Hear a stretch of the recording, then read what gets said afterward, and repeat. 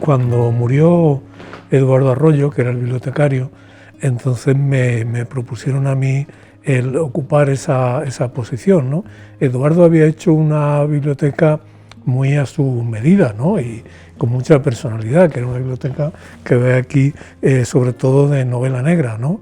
Y con también muchas cosas suyas o ediciones que había hecho él y cosas así, ¿no? Entonces yo pensé, digo, bueno, esto es una cosa muy de Eduardo Arroyo, ¿no? Y yo también soy muy aficionado a ese tipo de literatura, pero hay una cosa y es que yo últimamente, de hace años, no me mantengo al tanto en la novela negra, digamos, entonces no me sentía capacitado, ¿no? Y entonces pensé qué podía hacer, ¿no?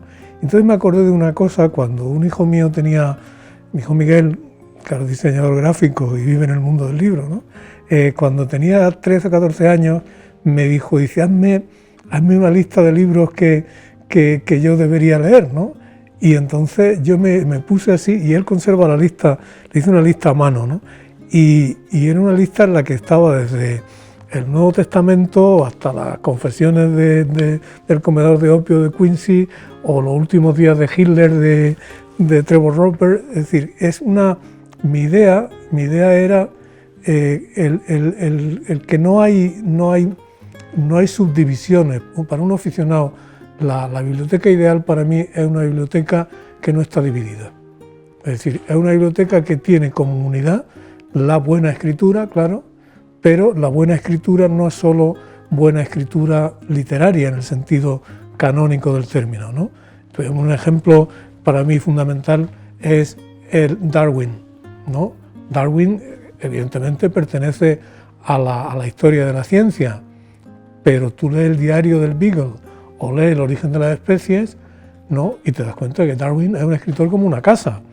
Entonces, un aficionado a la literatura, ¿cómo no va a tener en su biblioteca el origen de las especies o el diario del Beagle, ¿no? Entonces, era esa idea, ¿no? De hacer una biblioteca transversal, por decir un término, y de manera que no hay subdivisiones ni en género, ni en ficción, ni en no ficción.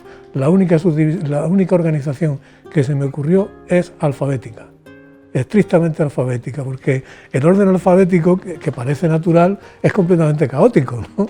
Entonces, digo, ¿cómo organizo una biblioteca en la que hay libros de ciencia, libros de historia, poesía, libros religiosos? Porque tú los evangelios tienes que leerlos, tienes que leer el Nuevo Testamento, ¿no?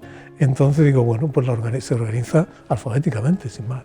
Yo creo que mis propias afinidades, limitadas por el sentido de la responsabilidad, ¿sabes? Es decir, que ninguno de los libros que hay aquí son libros que a mí me disgustan, ni son libros que yo amo, todos ellos, ¿no? Yo también amo otros libros que no están aquí, ¿no? Pero quería que pudiera tener un carácter completamente sintético, ¿sabes? Es decir, que sirviera como núcleo para, es decir, tú lees esos 300 libros y yo creo que tienes una idea del mundo bastante amplia, ¿no? Y yo creo que bastante rica, ¿no? Pero también esos libros te sirven para avanzar en otras direcciones. Yo en eso me guío mucho. Cuando yo empecé a leer a Borges, cuando era muy joven, leer a Borges en ese momento, en una cultura mucho más cerrada, como era la española en los años 70, leer a Borges tenía dos ventajas. Una, que era un escritor extraordinario, y dos, que era un escritor que te llevaba a descubrir a otros escritores, ¿sabes? Entonces yo, a través de Borges, pues descubría a Chesterton y descubría a Gibbon y descubría, ¿sabes? Entonces a mí me gustaba la idea de que este núcleo pudiera irradiar hacia otros descubrimientos, ¿no? Hace unos años, en Nueva York, un amigo mío me llevó a una cosa alucinante, que era una feria de coleccionismo de postales, ¿sabes? En un hotel antiguo. Era una feria gigantesca, además todo era súper cutre, ¿no? Porque todo eran vendedores así como de medio pelo y todo como en cajas de zapatos con fichas de cartón, en fin, ¿sabes? Y entonces había había un señor, había coleccionismo de postales de veleros, había postales de niños fumando. En los años 20 se pusieron de moda las postales de niños fumando, ¿no? Entonces veo un señor que había a mi lado y pregunta al vendedor, dice, ¿tiene postales del Medio Oeste, de hoteles del Medio Oeste? Dice el vendedor, dice, no, de hoteles del Medio Oeste no. Dice, pero tengo de California y tengo, dice, no, gracias. Dice, ¿por qué? Dice, hay que poner el límite en algún sitio, ¿no? Entonces este hombre coleccionaba postales del Medio Oeste, ¿no? Y eso, dice, tienes que poner el límite en algún sitio. Y lo bueno es que haya muchas listas, ¿no? Cada cual tiene su lista y yo creo que el aficionado está, por una parte se siente muy contento de aquello que le gusta y por otra parte se siente muy abierto a descubrir cosas nuevas, ¿no? Hay una cosa cuando la gente dice, ya empiezan cuando se ponen mayores, pues dicen, no, yo ya es que solo releo y tal. ¿Sí? No, dice, joder, ya no tienes más que descubrir, ¿no? Y por eso, eso que hacéis vosotros, ¿no? La lista tiene esa cosa siempre como, no, es una lista, parece una cosa respetable, pero en realidad es un capricho siempre, ¿no? Un capricho más o menos responsable, ¿no? Hay libros que a mí me gustan mucho que yo no voy a poner en esa lista porque no creo que sean de interés general, ¿no? Creo que ninguno de los libros que hay ahí son una pérdida de tiempo para el que los lea. De eso estoy seguro, ¿no? Unos te gustan más y otros te gustan menos, ¿no? Otros los vas descubriendo a lo largo de la vida, ¿no? También había una cosa que era muchas veces procurar lo demasiado evidente. Hay cosas evidentes que no puedes prescindir de ellas, pero hay otras cosas muy evidentes que a lo mejor no es necesario seguir recalcando, ¿no? Yo creo que es muy difícil que un escritor sepa relacionarse sin prejuicio, favorable o desfavorable, con lo que se hace a su alrededor. Yo muchas veces me he entusiasmado con libros contemporáneos que al cabo de un poco tiempo me he dado cuenta de que no que no fueran buenos, sino que a mí realmente no me gustaban tanto, ¿no? Entonces yo personalmente me he equivocado en el sentido relativo que tiene eso, ¿no?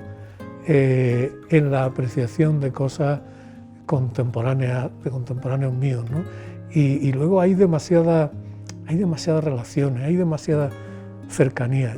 Hay una cosa cuando yo me fui a Estados Unidos, empecé a leer regularmente en literatura y periódicos de allí. Yo me daba cuenta, me pasa igual en Portugal, te das cuenta de que tú llegas a una cultura y llegas de nueva y no tienes prejuicios. Entonces tú eres un lector completamente libre, ¿no? Yo recuerdo cuando empezaba a leer principios del año 90, yo empezaba a leer el New Yorker, ¿no? Y yo leía y yo no sabía quién era ninguno de los que escribían allí, ¿no? Entonces eso te da, en nosotros, además en una cultura relativamente pequeña como la nuestra, sabemos demasiado, ¿no? Es decir, es muy difícil que tú leas de verdad un libro tal como es, porque el autor lo conoce, o lo conoce, no necesariamente que lo conozcas personalmente, pero has leído cosas suyas, has leído entrevistas suyas, te cae bien, te cae mal, hay demasiado entorno, ¿sabes? Tienes demasiada información complementaria. Es muy difícil llegar al libro puro, ¿no? Yo recuerdo cuando hace un par de años yo escribí un artículo sobre este libro maravilloso, al que le han puesto en español un título horrible, El Colgajo, ¿no? De Philippe Lançon, ¿no? Y yo ese libro, yo estaba un día en el aeropuerto de Marsella, aburrido allí, y entonces miro en la librería y veo un libro de un señor que yo no me sonaba de nada, Lambeau, y lo abro, empiezo a leerlo, y así por medio, ¿no? Digo, esto me gusta, ¿no? No sabía ni de qué trataba, no sabía quién era el autor, no sabía ni de qué trataba el libro.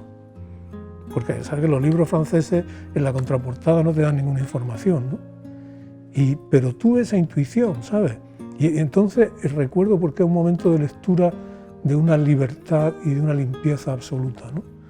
Tú te abres un libro y no sabes quién es el autor, no sabes de qué trata, no sabes nada. Y de pronto te vas dando cuenta de qué trata, ¿no? Eso es muy difícil en la cultura a la que tú perteneces, ¿no?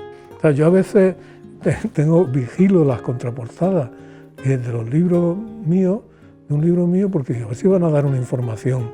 En la última novela que hice, yo puse mucho cuidado en que el nombre del protagonista solo se dijera una vez y ya muy cerca del final.